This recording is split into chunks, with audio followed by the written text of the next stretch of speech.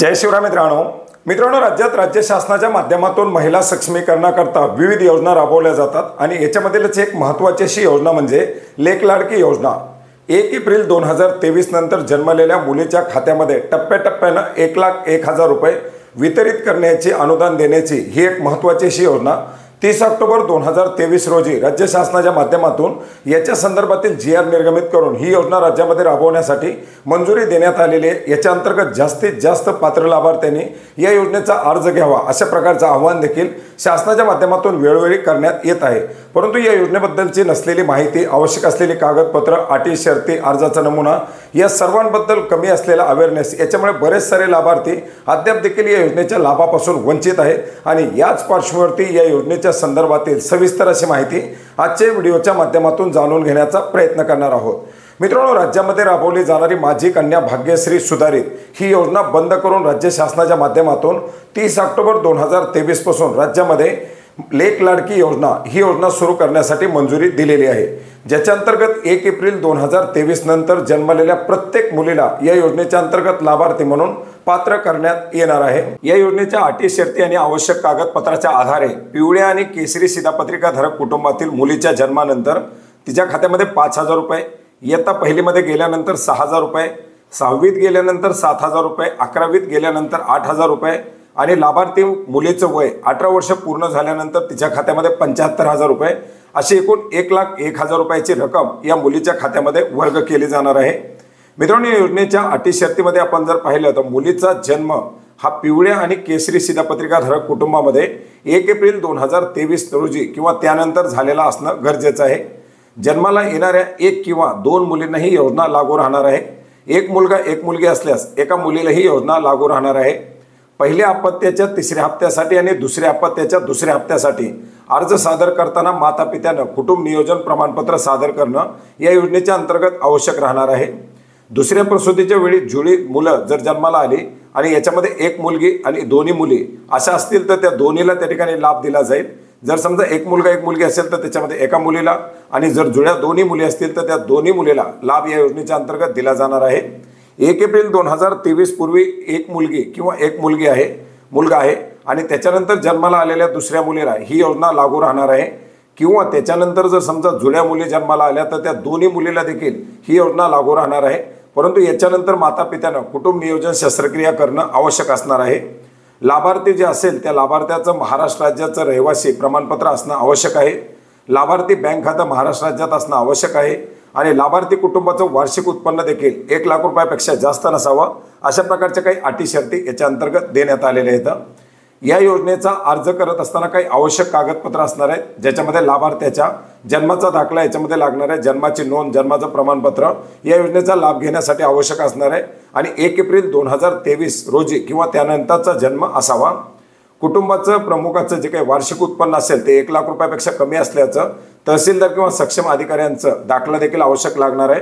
लाभार्थ्याचं आधार card, आता पहिला जे काही लाभ असेल, पहिली जर मुलगी असेल तर या पहिल्या लाभावेळी ही अट शिथिल राहणार आहे, परंतु याच्यानंतर 2रा हप्ता 3रा हप्ता वितरित करत असताना त्या लहान मुलीचं आधार कार्ड बनवावं लागणार आहे। पहिल्या हप्त्याच्या वेळी हे आधार कार्ड लागणार नाही। पालकाचं आधार कार्ड याच्यामध्ये कंपल्सरी लागणार आहे। बँकेच्या पासबुकच्या पहिल्या पानाची छायांकित प्रत लागणार आहे। रेशन कार्ड पिवळं किंवा केसरी रेशन कार्ड असेल त्याची साक्षांकित प्रत लागणार आहे।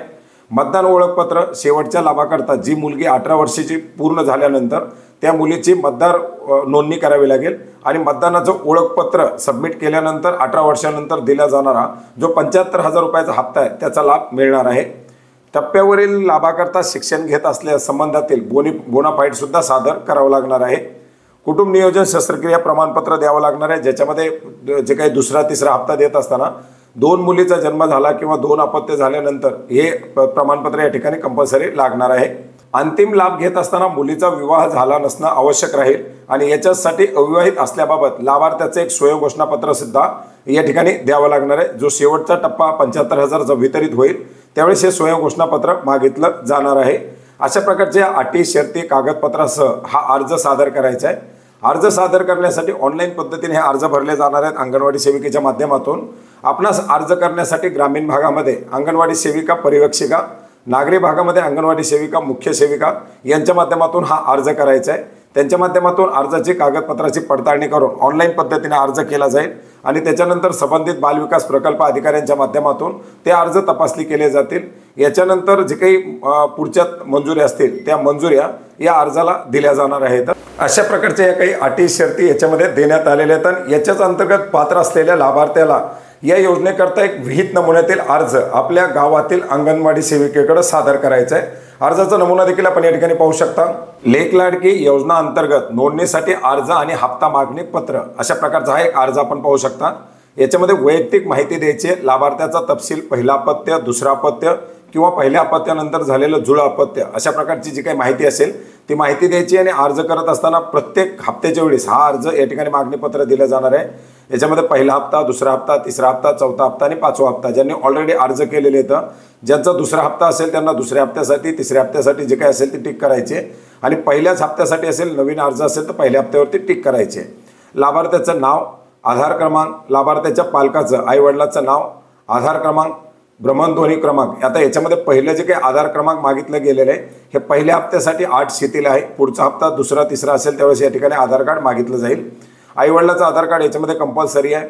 याच्यानंतर जे काही घराचा नंबर असेल, जे काही आपल्या एरियाचा पत्ता असेल तो सध्याचा निवासाचा पत्ता। आता समजा तुमचं गाव वेगळं असेल आणि तुम्ही राहण्यासाठी शहरामध्ये असाल तर सध्या जो निवासाचा पत्ता आहे तो याच्यामध्ये पिनकोडसह द्यायचा आहे, मोबाईल नंबर द्यायचा आहे। या योजनेच्या लाभासाठी फॉर्म भरत असताना जिवंत असलेल्या अपत्याची संख्या 1, 2 जी काही असेल ती द्यायची आहे। अर्ज करत असताना पहिल्या अपत्यासाठी, दुसऱ्या अपत्यासाठी किंवा पहिल्या अपत्यानंतर झालेल्या जुळ्या अपत्यासाठी अशा प्रकारे या ठिकाणी टिक करायची आहे। बँकेचा तपशील याच्यामध्ये द्यायचा आहे आणि बँकेची जी काही पासबुकची प्रत आहे ती सुद्धा या अर्जासोबत जोडायची आहे। बँक आधार कार्डशी संलग्न असणं गरजेचं आहे। याच्यानंतर कोणत्या हप्त्यासाठी अर्ज केला आहे त्याला परत एकदा टिक करायचे आणि लाभार्थी पालक यांची या ठिकाणी स्वाक्षरी करायची। पहिला हप्ता, दुसरा हप्ता, तिसरा हप्ता जे काही हप्ते असतील या ठिकाणी पालकाची स्वाक्षरी किंवा डाव्या हाताच्या अंगठ्याची निशाणी या ठिकाणी द्यायची आहे। याच्यासोबत कागदपत्र जी जोडलेली आहेत त्याला टिक करायची आहे। याच्यानंतर अंगणवाडी सेविकेच्या माध्यमातून त्यांची माहिती या अर्जासोबत जोडली जाईल, जी कागदपत्र जोडलेली आहेत। याच्यानंतर पर्यवेक्षकाच्या माध्यमातून ही अर्जाची छाननी केल्यानंतर, तपासणी केल्यानंतर जी माहिती असेल ती या ठिकाणी पाहिली जाईल आणि याच्यानंतर एक पोहोचपावती त्या लाभार्थ्याच्या पालकाला दिली जाणार आहे। अशा प्रकारचा हा अर्ज कागदपत्रासह आपल्या गावातील अंगणवाडी सेविकेच्या माध्यमातून सादर करायचा आहे। पुढील प्रक्रिया त्यांच्या माध्यमातून पार पडली जाईल आणि याच्या अंतर्गत पात्र झालेल्या या मुलीला टप्प्याटप्प्यानं 1,01,000 रुपयाचं अनुदान त्या मुलीच्या खात्यावरती, त्या बँक खात्यामध्ये जमा केलं जाणार आहे।